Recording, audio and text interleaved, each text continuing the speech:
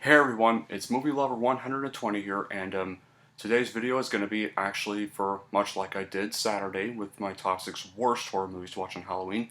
This time, I'm going to repair the damage that list did to me and do a top 6 best horror movies to watch this Halloween. And of course, this will actually be a little more different, guys. I'm not going to do it like I did my top 6 worst, I'm going to actually do it by showing the DVD for the movie I'm talking about, and I'm going to hold up my fingers for the number for this one. I feel like it might be a little more easier that way. Because in top 6 worst, how I did it was a little stressful, so I decided to go a little easier with this one. So sorry if this is going to be a little bit of a boring one this time, but thought I might do it that way this time. But anyway, let's just get started with this list. So, number 6. A Nightmare on Elm Street, the original movie from 1984. Now, remember that I put the 2010 remake on my top 6 worst, and the original I put on my top 6 best. Which is crazy because it's one of those times where the original's on the best list and a remake's on the worst list. So, anyway guys, I just mostly praise this movie in my review episode for it, and it's just a classic movie in general. It's definitely one of the best slasher movies out there, and definitely has one of the best villains in horror history, Freddy Krueger, and an amazing performance from Robert Englund. It's got such a great premise where a killer can come into your dreams and just basically kill you. Even spawning one of the most popular franchises. Freddy Krueger's even a very likable villain. It's got a good soundtrack, it's got some likable characters, and very good practical effects, and even though some of them hadn't aged well, specifically like the one with Nancy's mom, like I talked about, but all in all, guys, this is actually what I call a pretty good horror movie, and honestly one of the best horror movies of the 80s, and easily the best movie from late director Wes Craven, may he rest in peace. But all in all, looking for good slasher movies this Halloween, this is definitely your pick. Now, on to number 5, and that's of course Rob Zombie's The Devil's Rejects. Now you're all wondering, why did you put House of 1,000 Corpses on here? It's more Halloween-like. Well, yeah, but this movie is far creepier, more realistic, and better if you want an actually really, really realistic and terrifying Halloween. So basically, what this movie's about, the Firefly family are now on the run from cops. As the cops have now figured out their location, now know who they are, and specifically one sheriff, whose brother they murdered, is specifically after them and doesn't plan to take them alive. But unfortunately, only Otis, Baby Firefly, and Captain Spaulding are the only ones who escape, and have to try to get away from the cops as quick as they can. So, here's why this movie is actually really good. It is not predictable. You don't know what's going to happen next. Zombie builds characters, you learn history and connections and see things from their view, and of course some slight community aspect added. It's pretty much hands down it far exceeded my expectation. The Zombie really nailed it. It's got classic freeze frames like a 70s film, an awesome soundtrack, and enough gore without going over the top.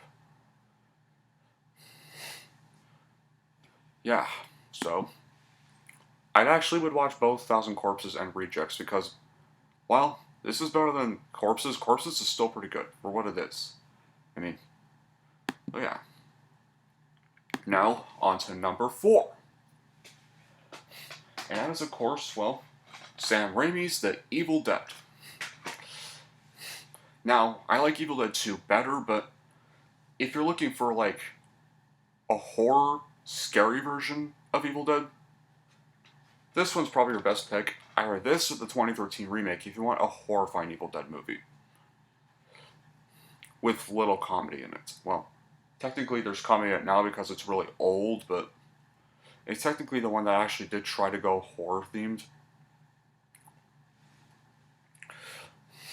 So that's definitely it's got such an amazing performance like Bruce Campbell's Ash, very amazing, very incredible effects on the gore, a very likable protagonist in Ash, an amazing soundtrack, very good black comedy,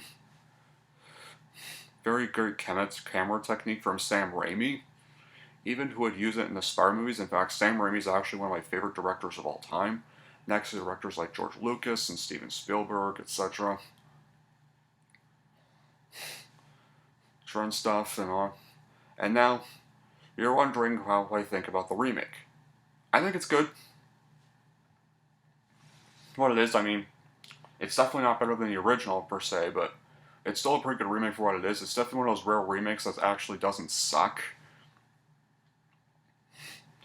So it's nice to see a remake actually nail it, which I definitely will give credit for. So, yeah, I'd watch all three of them, but if you want an actually scary Evil Dead film, watch this or the 2013 film. So, and now number 3, which is of course will be John Carpenter's Halloween. Now, this is definitely the best one in this series. Easily, I mean, 1981's Halloween 2 is pretty good, and Halloween 2018 is alright. I mean, at least with 2018, they got the original crew back. They got Jamie Lee Curtis and Nick Castle back, so that was at least good to see, but this one is definitely, and Halloween 2 1981 one of the best ones. Well, what's this film about? Well, it's about an escapee who escaped from an institution after he was put there when he was 6 years old, named Michael Myers, who goes to stalk a teenager named Laurie Strode and her friends while they are babysitting for these kids for Halloween night. While his psychiatrist tries to recapture him, bring him back to the institution before any harm can be done. Why does this movie work so well? Because it's an original horror film and it's suspenseful, it's fun in the franchise, very well done lighting, a classic Halloween favorite for pretty much anybody. Some good acting, specifically Jamie Lee Curtis as Laurie Strode. And Dr. Loomis's description of Michael Myers is actually very memorable. It's got an iconic poster, the death scenes are even nicely done too. I mean, even the characters, all the other teenage characters are actually really sympathetic, and you even actually characters you feel bad for. Like, they're vulgar at times, but they're not like raucously vulgar. They actually seem like normal human beings. And you feel bad for them when Michael kills them. Basically, they're definitely more sympathetic on like the Rob Zombie remake, where they're just basically immature idiots. But in this one, they're actually not that in this original thing. Thank goodness. So yeah, definitely want a great Halloween themed slasher movie. That is definitely your pick. And now number two is going to be my favorite found footage movie of all time, and I think you all know what it is. Yep, it's Record. Before I start this, guys, people call it wreck, but I'm not going to call it wreck because that just sounds like vehicle or car wreck, and the wreck here is short for record. So yeah, it's called Record. So, what is this movie about? Well, it's about a television reporter and her cameraman who follow these emergency workers into a dark apartment building and are quickly locked inside with something terrifying under a quarantine. Now, this is definitely my favorite found footage movie of all time. It's actually in Spanish, so there are subtitles, guys, just to let you know. And the premise of just a television crew being trapped in a building during a zombie outbreak with only their camera as proof of what happened is actually very unique and very original for a found footage movie. Even the trailer did a good job at even hiding its premise very well. The setting is so good as it's set and filmed in a Spanish apartment building, adding to the claustrophobia. Very memorable unscripted moments and jump scares like the firefly that gets thrown down the stairs, and the little girl spitting infected blood at her mom, and especially the creature at the end that's searching the apartment through night vision. All very realistic and terrifying scenes. Even the camera is not even that shaky either. I mean, it's actually held still, and so you can actually see what's happening, and it's not all grainy and stuff. It's actually more like a realistic video you're watching. That just makes it really epic, and honestly, now, I definitely would watch Wreck, and I watch Wreck 2. I would skip Wreck 3. It sucks. Don't watch it. I put that on my dishonorable mentions and my worst list.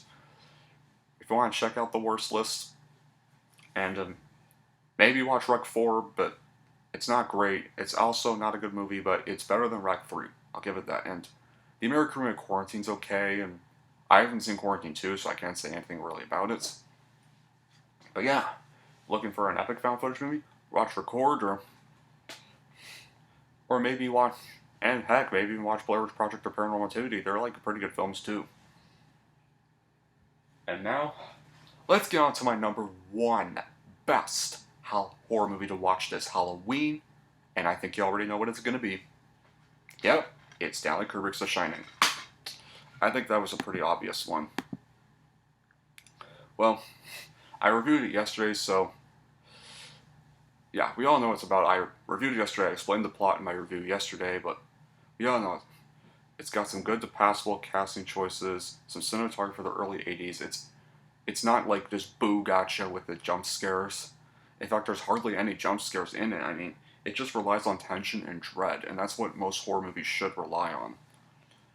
It's got some very good to passable casting choices. Oh wait, I already said that. Forget I said that again. Amazing designs, effects, and appearances for the ghosts overlook hotel, but particularly the twins and the ballroom ghosts. And it's got some creative adjustments from Stephen King's novel that benefit the film. I mean, but yeah, the bad side though, Stephen King did hate the movie because it wasn't faithful to his book, and it wasn't very well received when it first came out. But now in our era, it's regarded a huge classic.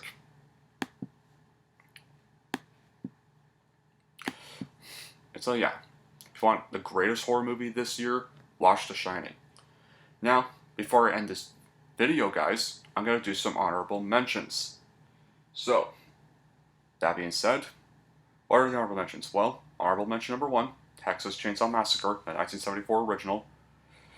Now, it's pretty much about these group of teens who pick up this hitchhiker who leads them to this house, and they end up getting caught with this murderous family, with their head being Leatherface.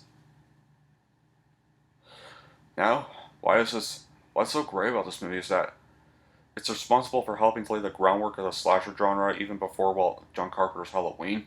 It made the hitchhiker and abandoned house popular cliches in slasher films. Cinematography has an old grainy look which gives it an ominous feel. Despite its name, there's not as much chainsaw kills, and there's actually not as much blood as there are in the others, especially as much as the remake. This movie relies on suspense and tension to scare viewers rather than just graphic gore. It's a very different approach to the horror genre, and good acting, iconic camera sound, it's a great soundtrack, excellent casting. The dinner scene is even the most terrifying scene in any horror movie, especially with the main character screaming in agony. They're actually real screams, even real screams, as actor Marilyn Burns implied that the dinner scene drove her insane and terrified her. That qualifies well as that. Yeah, it was banned in several countries, of course, because everyone thought it was violent, even though it's not really even that violent. But, I don't know. It's definitely the best one of the series. I mean, 2003 Remake's alright, too. I mean, Texas Chainsaw 2 is also alright for the sequels, and Texas Chainsaw at the beginning are also okay, but of all the follow-ups, those three are the only follow-ups to this movie that are really worth watching. You can just skip the rest. Especially skip Chainsaw 3D and skip Leatherface because those suck bad. So yeah. Looking for the best Texas Chainsaw film? Definitely watch the original. Saw, the first film. Now, this is definitely a film that I really love. It's one of my favorite horror movies of the 2000s, and I specifically love the little plot twist at the end. It's very shocking. It comes out of nowhere. A perfect claustrophobic set feeling to it, and feeling to it with two guys that's trapped in a bathroom, but we still learn how they got there and stuff. And it doesn't rely too much on gore like the sequels, but it actually relies more on horror, and it launched the director's career. Launched James Wan's career, who's now gone to direct several majorly successful blockbusters, like directed Fury 7, which grossed over $1 billion, and grossed Aquaman, which also grossed over $1 billion. So James Wan's really grown as a filmmaker ever since this film, and it's definitely the best one of the series. And of course,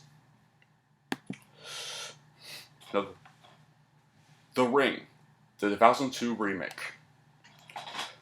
Now, Ringu is also, the Japanese movie is also worth watching, but this movie, unlike most American remakes like The Grudge, this movie actually was directed by a director who clearly seems like he actually cares about the original movie. And and and basically it clearly shows, unlike most American remakes, this one actually has heart in it. And relies little on, it's about, of course, a cursed tape that kills people in 7 days. This movie relies very little on gore and more on creepy visuals to scare its audience. It's one of the few good American remakes of a fantastic Japanese horror films.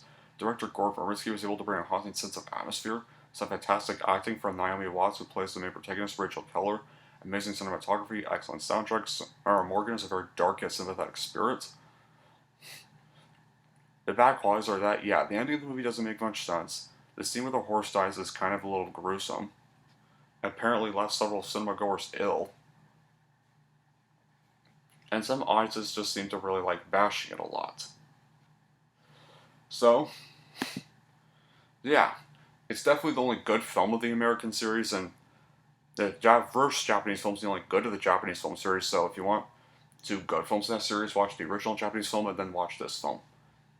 Skip The Ring 2, skip 2017's Rings even, those suck, and I'd skip the Japanese sequels as well, because they also suck, so yeah, just watch the two originals. Yeah. And it's the best of the J-horror remakes, even. And final honorable mention, Trick or Treat, which is going to be the final review this week. It's a phenomenal, it's basically this anthology horror film about these characters who get caught up with this with this demonic spirit named Sam, who wears this bag over his head and kills anyone that tries to disbelieve in the Halloween spirit. So yeah, it's just well filmed, it's even well choreographed, and I'll be talking about it more in my final movie review for this week, which will be on Halloween Day, and I'll be in costume that review, so yeah, stay tuned. So that'll be it for this video, guys. If you want a good Halloween this year, check out these films I listed, and skip the ones I mentioned on the worst list. So yeah, hope you all have a good Halloween this year, and yeah, this will be it for the video. Thank you all for watching. If you like this and want to see more, don't forget to like and subscribe to Movie Lover 120.